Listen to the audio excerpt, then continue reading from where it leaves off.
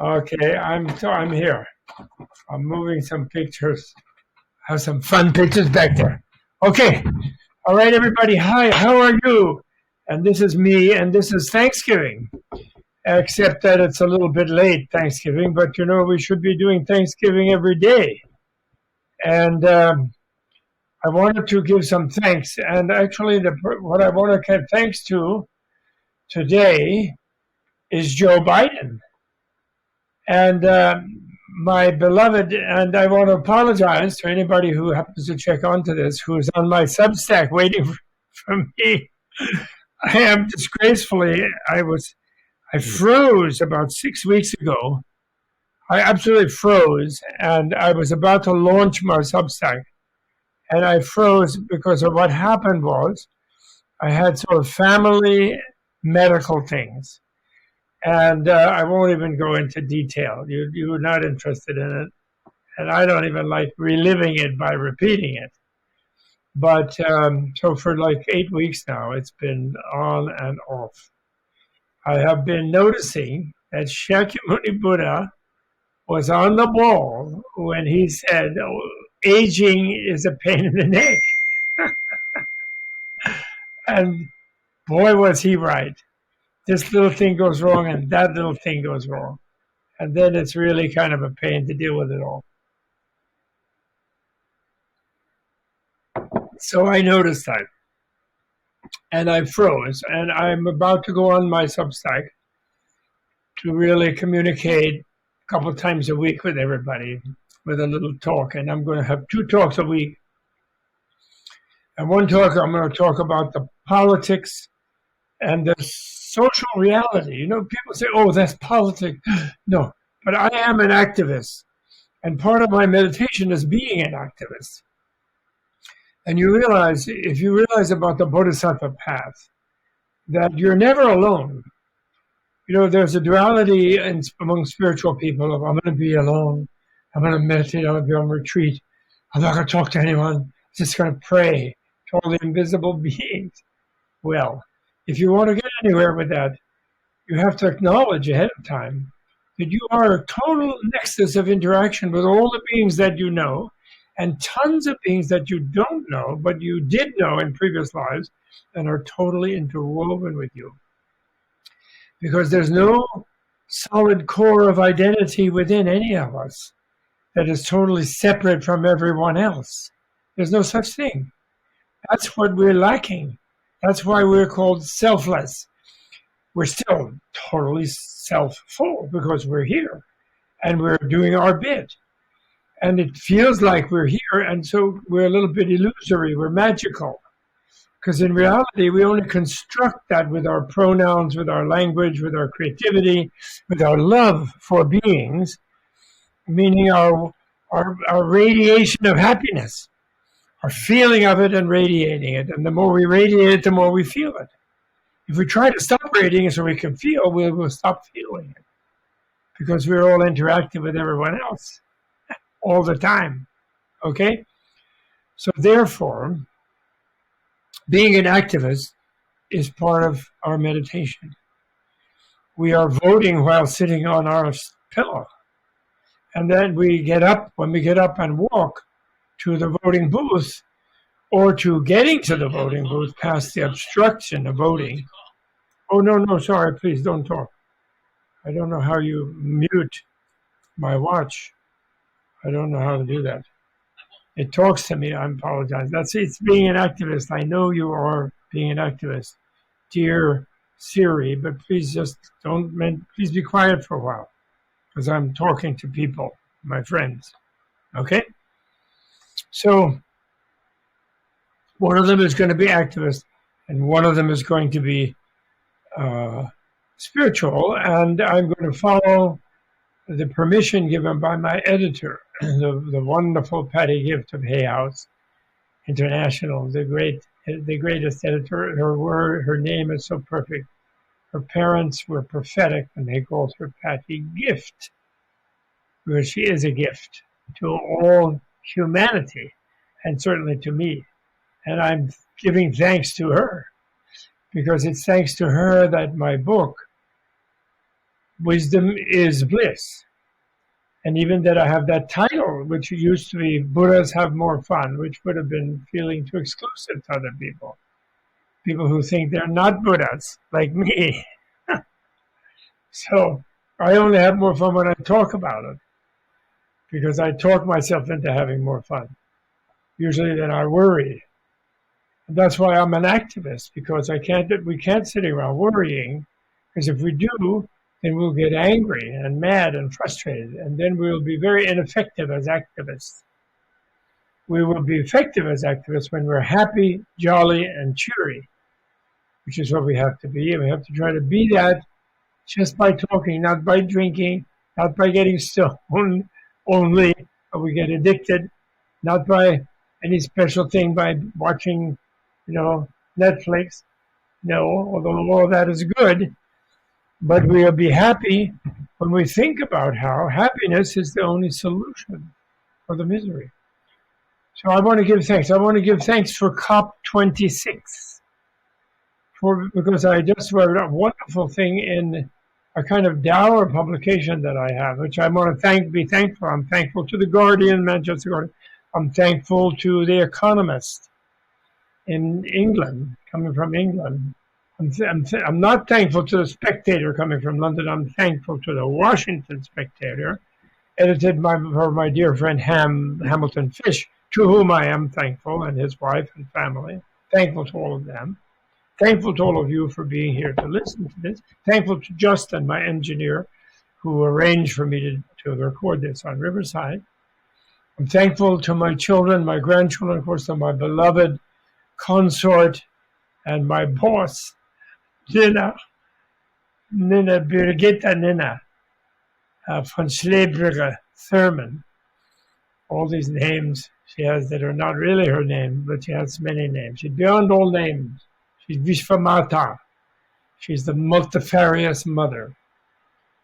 And she's my dear friend. And I'm very thankful to her. I'm thankful to my guru, His Holiness the Dalai Lama.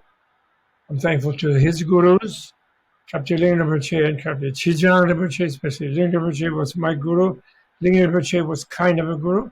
It's a little remote to him for some wrong reasons, but I love him. He was very beautiful.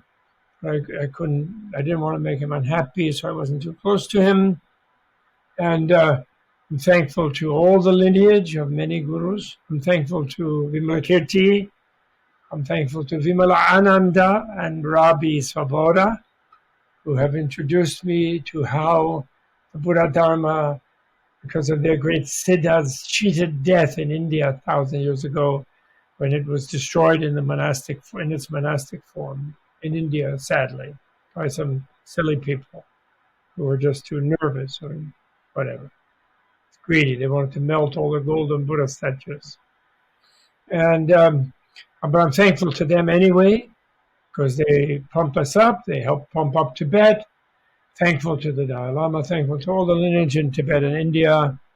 And I'm thankful to all the great spiritual people in Christianity and Taoism and Hinduism, in Vaishnavism, in Shaivism, in Shaktism, and and Sikhism, and all the wonderful religions, and Judaism and Islam that generated themselves from reality, from the loving, clear light, infinite bliss that is reality. I'm thankful to Kala Chakra, Buddha Kala Chakra, as the wheel of history, the wheel of time, the wheel of magical display of history to help us find our Buddhahood, all of us, all the animals, all the microbes are going to do it, even the viruses are going to be Buddhas. They're going to be helping people, not making them unhappy. I'm thankful to all of that. And also, I want to give everything to everybody if I could. Today is, I understand, Giving Day. I try to give as much as I can. I want everyone to give all the time. I'm very grateful to everyone. I'm thankful to all the generous people. I'm totally pro-billionaire, by the way. All you lefties, I'm thankful to you lefties for criticizing everybody else and seeking equality and sharing with everyone, wanting everyone to share everything. I'm really glad about that. But you shouldn't be mad at the billionaires. You shouldn't be mad even at the oligarchs, because they actually got that way because of great generosity they had in previous lives, an underlying generosity that got buried under the idea that they just so frustrated that other people are not generous enough. They want to accumulate everything themselves so they can give it all away. And they want to compete with others to be more able to be more generous. But then they get stuck in accumulating more, and they don't get around so much to the giving, and they get stuck there. And we must feel very sympathetic to them then, that they don't get stuck. And they do have teachers teaching them. My favorite nowadays is the great Mackenzie Scott, who I read her novels, I read her blogs. I want her to get. I love that how she's giving, and it's just I have one proposal. I don't want anything myself. That's why I can publicly say what I wanted to give is I wanted to give to the Bright Money Fund to be activists in a different way, not just sustain, not just bless and equalize, but to actually give, to create a money fire break to stop the dark money fire break. I want a bright money fire break against the dark money forest fire that has crippled our government, is still crippling our government. And I hope she hears me somehow. Please, somehow, somebody give her the clue to listen to this idea so that we can outbid the dark money with all those who are sold out to the dark money, so as we can get a level playing field, so we can then pass rules where no money gets involved in democracy. And we can straighten out the demented Supreme Court with its Citizens United, which should be, they have to put a provision in the Supreme Court, which we can with the level playing field of the bright money, people being reasonable, that they can be impeached for irrationality. They're supposed to be judges, therefore they're supposed to be rational. They cannot do irrational things like claim that corporations formed by bodies of people who seek to shelter their personal finance of their family and themselves to create to be able to take entrepreneurial risk in order to be creative in business, which is a great way of creating wealth for everyone. Businesses are. Don't be against business. It's great stuff. But then irrationally, such a corporation where individual assets are shielded to create risk-taking ability can then act like they're an individual person with an asset, that therefore their money of the corporation is free speech. That's not true. That's irrational. They sought the status of a corporation and became very powerful to shield personal assets. Therefore, they can't be a person. It's not fair. Okay? As individuals, they can personally do stuff, but the corporation itself is not an individual. That was never, I must say they didn't irrationally do that. That was done 1895, Supreme Court, irrational judge who allowed some railway to be considered an individual in a court case. Some kind of story like that. To get around the fact that the framers had corporations incorporated by states, not by the federal government, so that the states can locally look at them and what they're doing, if it's harming the environment, if it's harming the community, and they can control them. So people can take risks, but they can't take robbery risks, harmful risks. They can't become pirates. And then this was undone since the Civil War, and the power of corporations expanding with robber barons and so on, so that then they could hire all these lawyers, create all these law schools and hire all these lawyers to undo the intent of the framers, that they be held accountable every year as to their externalities. Now, actually, a lot of them are voluntarily going back to taking care of their externalities, led by the great Paul Pullman, for whom I'm grateful and I give thanks, that he had no externalities and his Unilever Corporation became more profitable, actually, because they were not playing dirty pool and dumping their externalities. That means their resource acquisition destructiveness and their pollution destructiveness. Those are externalities, so they can act like they made a profit by making everybody else pay for those things. It's like how Amazon and Walmart, until recently, underpaid their employees, knowing the employees would stay alive by going on the public dole, food stamps and other things. So they made us pay through our taxes to bring their livelihood up, so they could underpay them. That they should not be allowed to do.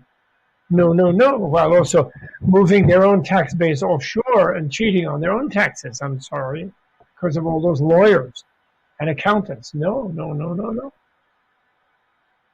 That's not reasonable, not rational. They can still make lots of money without going completely wacky and doing it in a harmful way. Okay? In the wonderful Asanga's Bodhisattva Bhumi, he draws from Buddha's teaching in the sutras that a merchant, because Buddha favored the merchants, by the way, you should know this. The most enlightened one in our history, or who set up the possibility for the many, the very equally enlightened ones who followed, I should put it that way. And we each can become one of them, and that's what Buddha wanted. He didn't want to lord it over us. Anyway, this enlightened one said that a business person, to start off a profit, like they start a mattress factory in a village, instead of just shipping their cotton to the county seat and selling it as raw material, they can create a mattress factory in that village. And while they're creating that mattress factory, for the extra costs of marketing, transport, etc., they can underpay their employees while building it up, while enlisting them in the mission of developing a mattress factory, of adding value in the village, to keep more value for the cotton in the village by manufacturing a product that can be sold for more than just the cost of the cotton. Okay? But then once they are making a profit and they're well established, then they can no longer underpay their employees in the village, because then that's no longer the mission. So then their village workers become partners of a kind, not necessarily as much as the original creator. The villagers will be grateful to that creator, because they'll live better than they were just shipping the cotton. But they can't underpay them and continue to exploit them. Then it becomes harmful. Do you follow? And then the villagers have the right of revolting, union striking against the owner. So in other words, the Buddhists not be harmful precepts intending to favor. Do you know why they favored merchants and business people, Buddha? Because the alternative before that were the warriors, the kings, the soldiers with the professional armies and the city-states. And their way of creating wealth was to rob the neighboring one by conquering that city and then exploiting their workers and their people and killing people along the way. And so, that's worse than business, because a business person goes and trades and they try to get a better deal in the neighboring city-state, and they try to, do well, and they negotiate, and they drink tea, and they bargain. But each side gets something. Whereas the military ways, you take everything at once, and then they're not there. You kill your customer. You deprive your customer so badly they have nothing to trade with you next year, or next month, or next week. And therefore, it has a destructive side to it. But they were the more powerful ones in Buddha's time, the city-state warlord kings, and with the professional armies, and with the iron weapons and so forth. And the Buddha, however, betrayed his own birth caste or class, because he saw they were headed for harmful karma, harmful ethical action, and he favored the merchant class. And because he saw that there you could become a self-made, you could gain wealth by intelligence and by giving something to your customer, and being creative. And that was like how you could rise above your class through intelligence, through learning, through education, and become enlightened.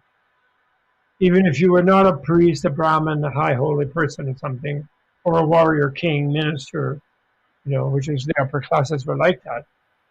But even a servant class, a peasant class, an artisan class, some of you there, if you were a woman, you couldn't just have to be a slave in the household, bearing children, cooking food, planting, gardening, stroking the egos of the turbulent males. No, you could become an enlightened, free person yourself as a woman.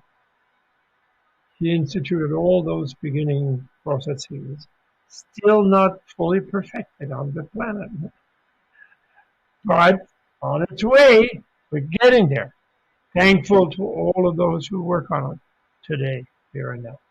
So I'm thankful to Joe Manchin. I understand Joe Manchin wants to support the reconciliation bill, highly watered down, of course, by him and others, but he still wants to support it, which will be helpful in help the leveling process. And it puts pressure on the very inscrutable person, Kristen Sinema, who should be a very happy, important person. We need her help. She should be enjoying her original backers who saw her as a liberal. She was a liberal. Something has happened in her life. She has become disillusioned. She's decided to sell her services to the higher bidder rather than to the voters. She'll lose out in the long run that way. We don't want her to lose out. We love her. She's quite handsome, nice. I like the way she dresses. She should befriend the squad and stuff rather than acting like somehow holier than thou about it. She will see the light, please. It is globally important, not just locally important. America must take the lead in the climate shift, this and that. Joe, who owns coal mines, is standing there. Quite trying to slow down, of course, to keep this thing, but he's standing there. You really should join. We do want you. We love you. We won't harass you. Don't be silly and self-defeating. Don't bite your nose off to spite your face, because something happened to you since you were first running as a progressive person. Something happened along the way to disillusion you, and please rejoin us. Rejoin the positive people, and let's save the democracy, okay? Let's put through, and then Chuck and you guys put through, like your opponents did for the judges that they appointed, create a rule that there will be no filibustering bills that have to do with keeping clean the voting process, stopping the gerrymandering, stopping the destruction of the democratic process. Make people vote equally and liberally, and realize that they have to compete by doing things for the people. They can't compete by being backed by the dark money forever. They have been doing that since 1980, since Reagan, not just lately. They have, but they can't rely on that. It will not work like that, and it is globally important. It is. They were good. They were better. They impeached Nixon because the Cold War was still going on, and they had a stake, even not being progressive, real conservative. They had a stake to try to be nice on all levels, to sort of show off better than the communists, right? Which weren't really communists. They were dictatorships, okay? So it isn't like the capitalist-communist battle is over because everybody's a capitalist. No, this battle's still going on because it never was a communist capitalist. It never was a socialist capitalist thing or communist capitalist. It never was. It was a dictatorship democracy thing. That's what it was, and it still is a dictatorship democracy thing. The dictatorship pretend to democracy. The Chinese, to deceive us up until just recently, pretended they were beginning to learn to vote. They invited people from Harvard to try to teach them how to do law and have impartial justice, but they didn't really do it. Notice the party, the dictatoring party, Communist Party, which is just a dictatorship. They're not communists. They're a gangster dictatorship. Okay? The KGB didn't let Russia go toward democracy as it started, but they pretend to it again until recently. That's because they're reaching the end game. We're still in those end game moments. And the end game moment, you have to understand, you have to be compassionate for Putin and Xi Jinping and the seven-member Politburo whose members, at least one of whom, feel privileged to be able to forcibly sexualize their tennis stars because they're owned by this. Because all the people are owned by this gangster, tyrannical state. Nothing to do with Karl Marx. Nothing. Well, dictatorship of proletariat was a stupid expression that he and Engels made. Once not really noting in human nature that once you have dictatorship of anything, it ends up as just dictatorship. And the problem there is that when they dictate, they start wrecking the place because they don't really know what's going on. Because when you're a dictator, everybody's afraid of you. So your underlings lie to you. And then that resonates down the chain. And so everybody's underling is distorting reality to the one above to try to ingratiate themselves to the one above. And so that by the time it gets way up there, you don't really know what's really going on. You think you can get away with suppressing 1.3 billion people, 1.4 billion people, maybe 1.5 billion people by now. You think so. You think, yeah, we've got the technique, the technology, we have the skill, we have the information, we can control everybody. We have the 1 million bloggers, 1 million supposed free internet bloggers who just love the state, they love nationalism, they love militarism, they love being oppressed because they're Chinese. No, they're Russians. No human being likes being suppressed. Do you like being suppressed? In the Politburo? If there's one boss on the Politburo, the other Politburos like being suppressed with the threat of life and death over them from the mega boss, the Mao-like figure? No, you don't. So just look at your own nature. You don't want to be oppressed yourself. You don't. Therefore, you crave power because you're scared of being oppressed. So what makes you think you're getting away with oppressing beyond the short term? Okay? Hitler. Okay, look at Hitler. He was a German. They had a beautiful social machine. They're beautiful people. Mozart, Bach, Beethoven. Fantastic. Made machinery, Mercedes. Tremendous people. Hard workers. Great language. Beautiful poetry. Goethe. Okay? Okay. They need to be suppressed, that they're Germanic. We have a lot of psychiatrists talking about how they need to be suppressed the way they toilet trained or something. Okay, but once they get suppressed and have a dictator, what happened? In 13 years, the entire country was destroyed because they behaved so terribly to everyone else, and everyone else ganged up on them and wrecked them. Okay? So, then the democratic people tried to be democratic in Europe, America. They helped Japan be democratic. In Germany, they put in a democratic system. Germany got very democratic. But then the communists got a dictatorship going of the proletariat. And the Chinese just added like an empire in that, but the triads, the gangsters, were able to become the emperors. That has always happened. And then they were constrained by Confucianism. But no, these guys all won Western. So absolutist dictatorship of the Communist Party they created. And now we're up against that. All right?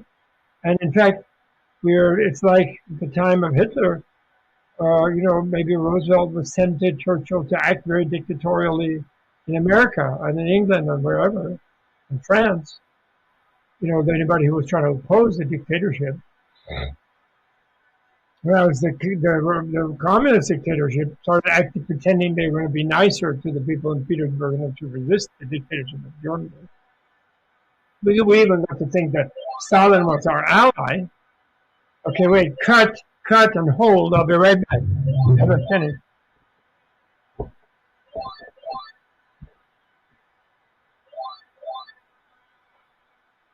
Thanks for your time doing the recording. I'll be doing this. Maybe 22.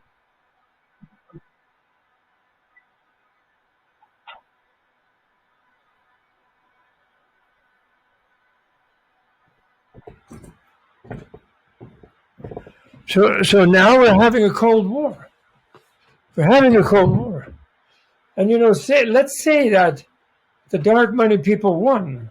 Okay, Koch brothers, Mercers, maybe a few Silicon Valley oligarch types. Let's say they who think that, most intelligent people should run things, and they're the smartest, and they shouldn't brook anybody like criticizing them. Okay, I won't name names here in America, but there are some people who feel that, Okay, say they all won. Then what? Does any of them actually think that Putin likes Xi Jinping and Xi Jinping likes Putin? Does anybody think that any of them like Bashar al-Assad? Does any of them like Assad, the horrible one who destroyed his own country to keep ownership of it? Whatever his name for that Assad, the former optician, optometrist, whatever he was. Does anybody think that Erdogan, who thinks he's the Sultan and the Caliph, likes Putin? So if we got a dictator in America, say Trump had succeeded, or he comes back and succeeds to be our dictator, a sort of orange one with a hairdo. Does he really like Putin? Or do you think Putin actually likes him? Once they're all in charge of all the people and there's no democracy left anywhere, which one are they going to choose to fight against first? As they start competing with each other in their fear of it, because they're used to so afraid of everybody. See, the key thing is the dictator becomes afraid of his own people. So then he has to have enemies somewhere. If they win against their own people by being completely overpowering all of them, at whatever scale, small tin pot dictator, even the household and the family, then they have to have an enemy outside the family. Well, the Hatfields have to have the McCoys to keep all the junior Hatfields into like lockstep, ready to shoot or die for the cause. And the women should shut up and don't talk to us. So we're going to go shoot somebody today. Okay? So that way is not the human way to live. And therefore, there's no end to that but mutual destruction. There's no way to become one monarch conquering everybody. It just never can happen. Because they're too much destructive of their own place wherever they rule. If Xi Jinping, for example, now were to attack Taiwan against the plan of the others to just gradually absorb it, or be absorbed, which in a way would have ended up being absorbed by it if they really kept to their pretenses that Deng Xiaoping did, that, oh yes, invite guys from Harvard Law School to teach law, to start having the local village communes do elections of the head man, have the head men get together to elect the local provincial thing instead of having a Communist Party member telling everybody what to do. They pretended to fool us, to fool the Bush family, particularly as the ones they fooled, to fool the Bush family, the Bush senior especially, and Kissinger, that they were going to go democratic upon gaining wealth, robbing our intellectual property, imitating our everything, imitating our nukes, even, Russian ones, that they then would be nice.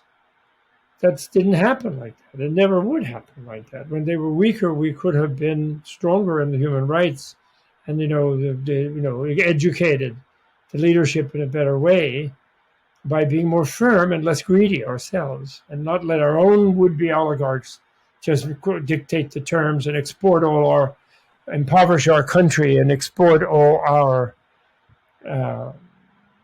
union jobs and equality within our own society, which is what we did. Fooled by our own would-be oligarchs. Well, now we have the last chance to reverse that. We have a good chance to reverse that, and I want to now be thankful. I'm sorry, coming back from this history lesson, but I hope you can get the point that the dictator is afraid of the people closest to them. Do you know what? Like Xi Jinping, who is Xi Jinping most scared of in the whole world? Joe Biden, no.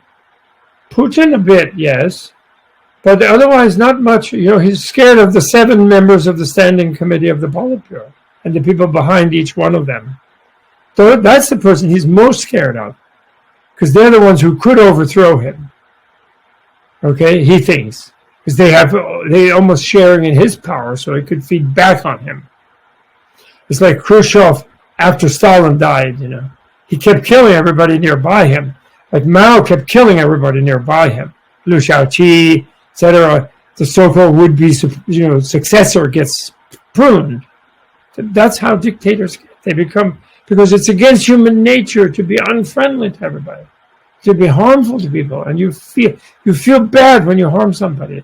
And then if you build that up by harming in the millions, you become completely like desensitized and alcoholic or something, and you just become crazed. And then you fear your shadow, and that makes you completely unfit to be sensible and to have any good time yourself, or to have anybody near you have a good time. So you become 100%, you become demonic. That's how you get to be a demon. But you can't stay human and do that. Because you'll die soon, because people will hate you. Okay? You'll know that they'll hate you, so you'll keep purging them as much as often as you can, playing games one against the other, but it won't work for long. Because our human nature is, we nurse at a breast for a year or two, normal times. We don't just, stab the nipple and milk the blood and milk out of it on one shot, and then the mother is dead. So you can't live like that. Human being is not equipped, too sensitive, too intelligent, too fun-loving, too happy to live like that. All right? So I'm grateful to Joe Biden. He played along in a hierarchical thing, although the original playing along was with other on a field that kept level, because the big enemy was all projected onto communism, worldwide communism. Okay? So that we were trying to show we had some nice side to ourselves. And we really did, therefore. We faked it and made it. But then some people weren't content with that, so they kind of started Goldwater, Reagan. They corrupted that party. The Conservative Party got corrupted into a radical, rightist, proto-fascist party, which is where they are at the close edge of that now. Someone like Bannon is counting on it, so he can defy the courts even, he thinks. Okay? So I thank Joe Biden. Then Joe Biden came out of retirement, actually, having been vice president in a paralyzed presidency. Did a couple of good things in 2 years, and then more great things, as much as it could, from the basis of being paralyzed. From 2010 on, pretty much paralyzed by dark money controlled Congress. They couldn't get much done. The very last 2 years, they got back to House, but couldn't really say that McConnell was able to stop them from getting anything real done. Foolishly did that half-baked business in Afghanistan instead of being sensible about it. Afghanistan could be way good if we had been happy and if we learned the Afghanis how to have fun and dealt with the Pakistanis backed by the Chinese, who was the real enemy in Afghanistan, not the Taliban. Taliban were a Pakistani maneuver that the Indians could have explained to us if we could have listened. Okay, but I'm thankful to Joe Biden, and he did great things. And my dear friend Heather Cox Richardson, who isn't who isn't paralyzed like me and has a great Substack going, recommend to everyone. Heather Cox Richardson, her thing on American history and the contemporary situation is unmatched. It's just fabulous. And my own activism is inspired entirely by her. And she pointed out how it's very tragic. Someone has written, look at her thing on Thanksgiving, look at her Substack postings on Thanksgiving. You will see a reference to a wonderful article by someone who showed how media are kind of too corrupted by dark money themselves to let Joe Biden get credit where credit is due. So they are artificially not blinding the masses to what is being done for them finally after 40 years of nothing being done for them. Relatively speaking, very little done for them. Periods of nothing, harm done to them, and then periods of little bit but paralytically done for them. Clinton, Obama. It's Carter, Clinton, Obama. So, and that's not a matter of Democrat and Republican, because Republicans stopped being Republicans gradually, because they were grabbed, they were subverted from within. We want real Republicans, 100% we want true Republicans. The Democrats need true Republicans. It's like we were good in the Cold War, we had what we thought was a real opposition of some dictatorships. Then we pretended we conquered them because they became openly capitalistic and started robbing us. And we don't realize we've been in a Cold War since then, losing it. And we have to realize that we're at war, democracy versus dictatorships. That's the war. It's an information war. Luckily, it's not a nuclear war. But it could be. It will only be nuclear if it got where everybody was a dictator. If there was no democratic opposition to the dictators, then there would be a calculus between them of nuking each other, believe me. There cannot be a nuclear war as long as one side will not do it because they enjoy life. So they are not strange love. They won't go for the strange love. And that must be us and Europe and Japan from now. And India must be.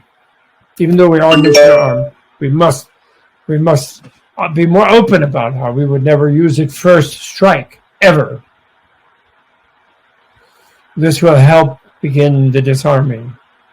Then we must not hate Putin and Xi Jinping and these kind of people, but we must help them retire gracefully, like Marcos was able to do, rather than kill the Aquino lady. We must help them. Assad must be given a really glorious retirement so that we can rebuild that country. The world can rebuild it, and have the wonderful Syrian people back without it being controlled by such an awful person. But then he let him be rehabilitated in a nice way, in a very comfortable, pleasant way, feeling happy and feeling unparanoid. On the beach there in the Mediterranean, where the Alawi people actually locally live. There's a way we should have done that from the beginning, actually. And Putin should help us do it. And then we can have mercy on those people. And I want to thank Biden.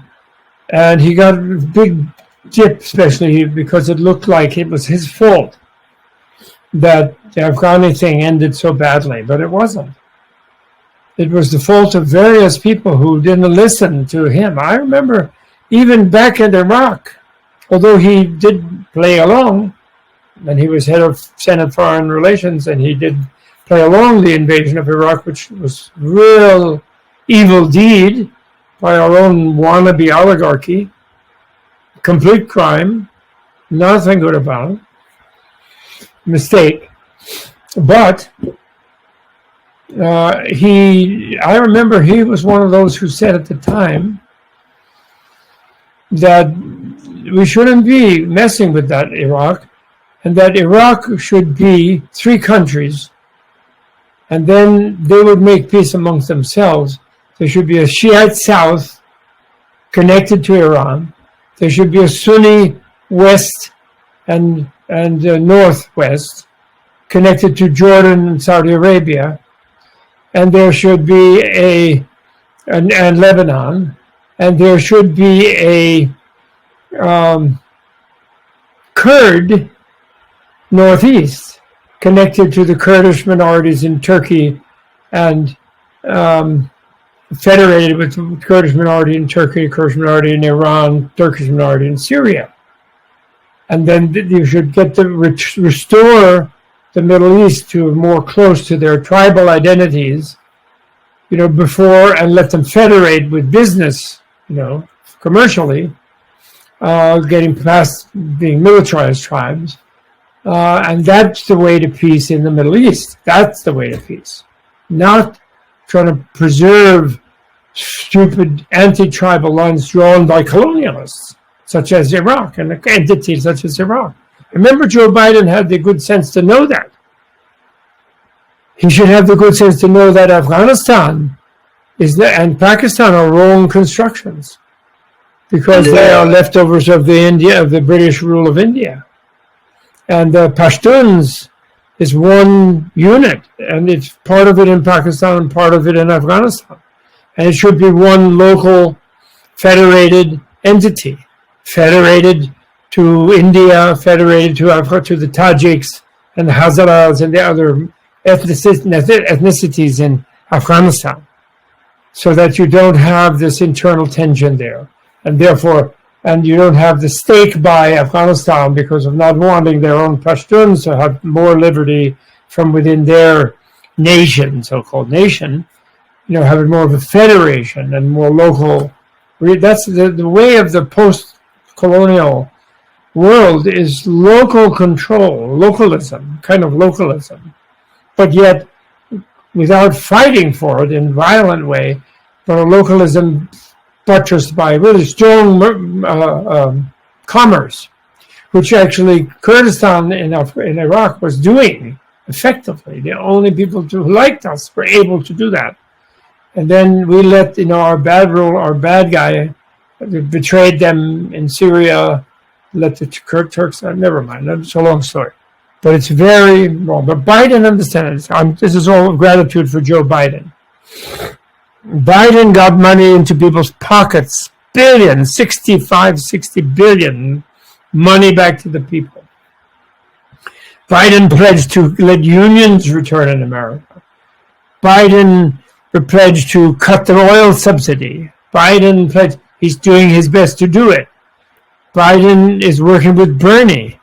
Biden wants to work with the progressives, but he's happy that the progressives are like pushing and pulling, because the dark money is in there, even in the Democratic Party. He knows that.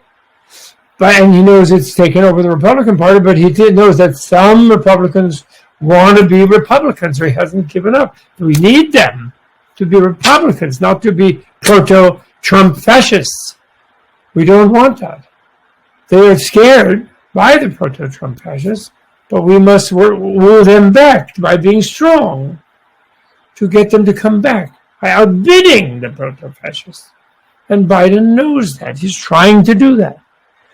The real bright money, Mackenzie, is not from any individual, because no individual, even Jeff, even you, even Google owners, nobody has that much money if you compare it with the basic real bright money people, which is the government.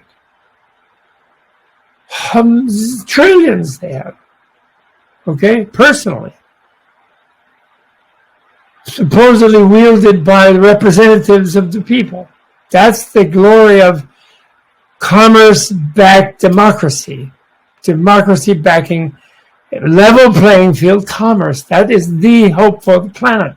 It's the hope for joy. It's the hope for beauty. It's the hope for education. It's the hope for freedom. That's what we need everywhere. Chinese people want it. Look how they have it in Taiwan. That's why in Hong Kong they were having it happily, until they were embarrassing to the dictator, who wants to convince everybody that dictatorship is best. Nonsense. It's always self-destructive dictatorship. Throughout history it has been self-destructive.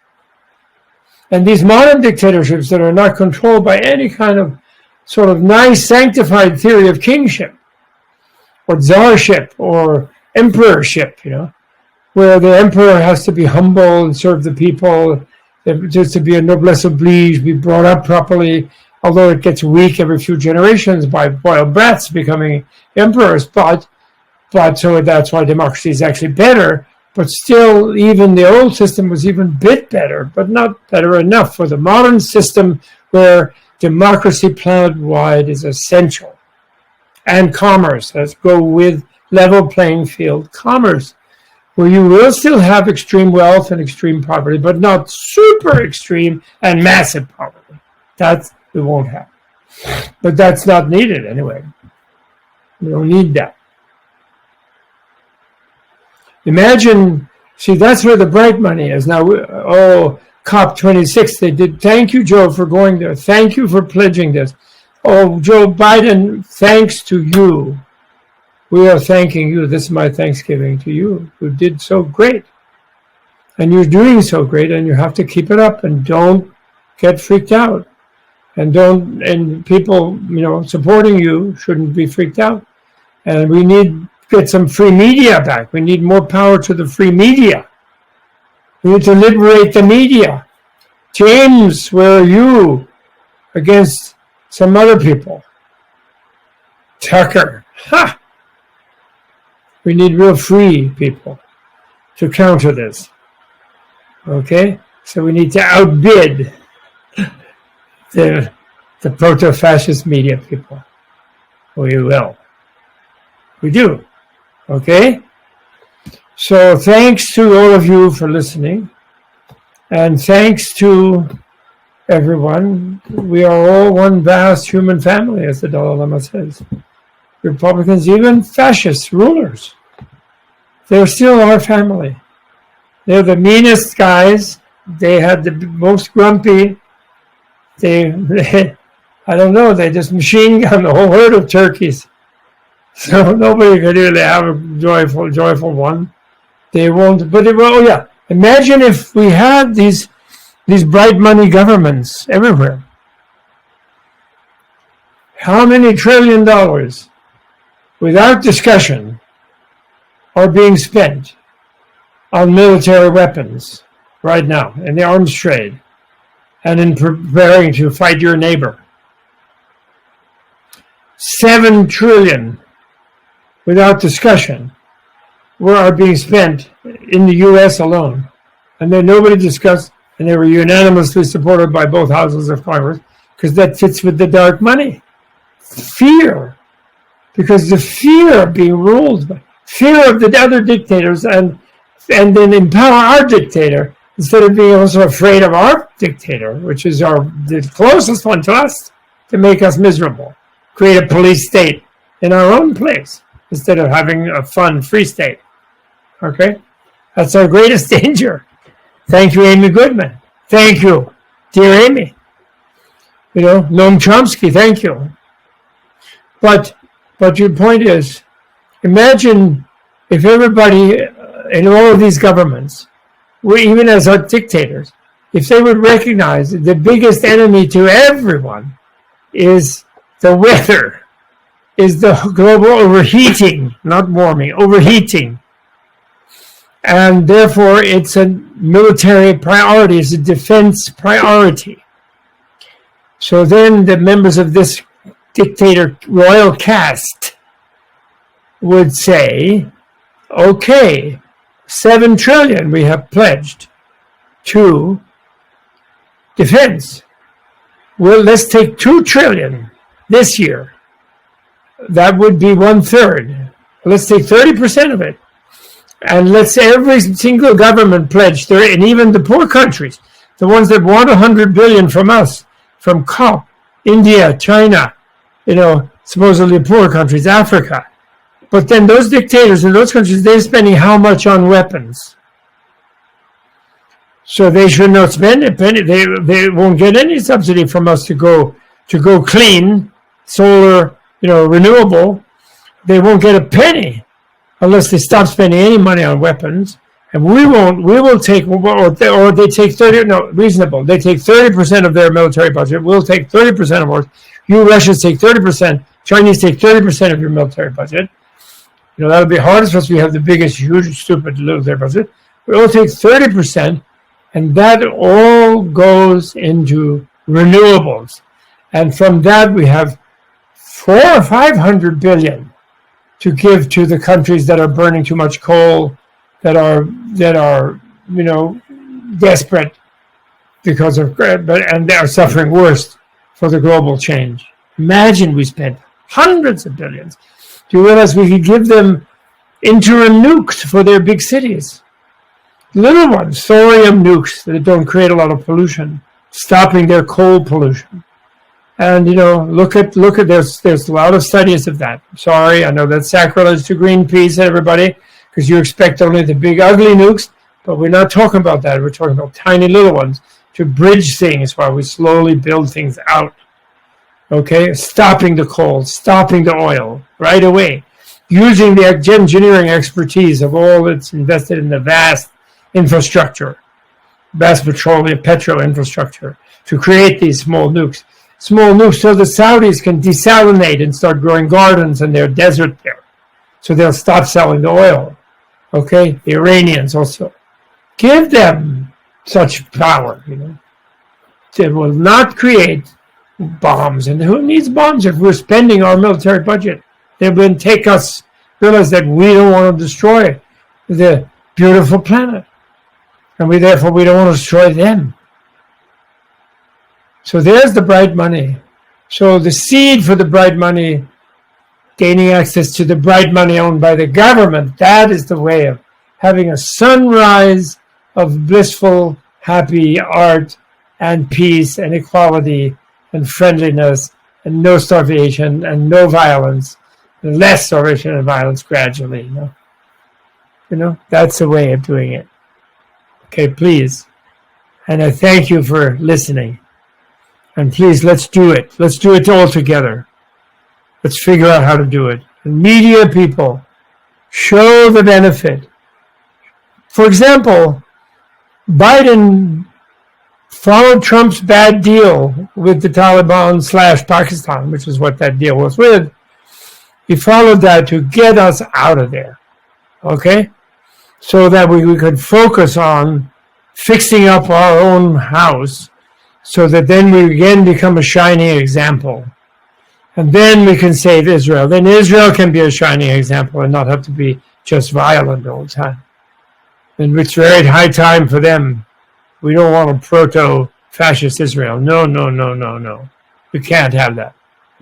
Because they're supposed to be a shining city on a hill themselves. That's their prophecy. Light unto the nations. That light unto the nation doesn't mean nuclear detonations over Tehran. That's not the right kind of light. Okay? So Biden showed great courage. That's what we don't understand.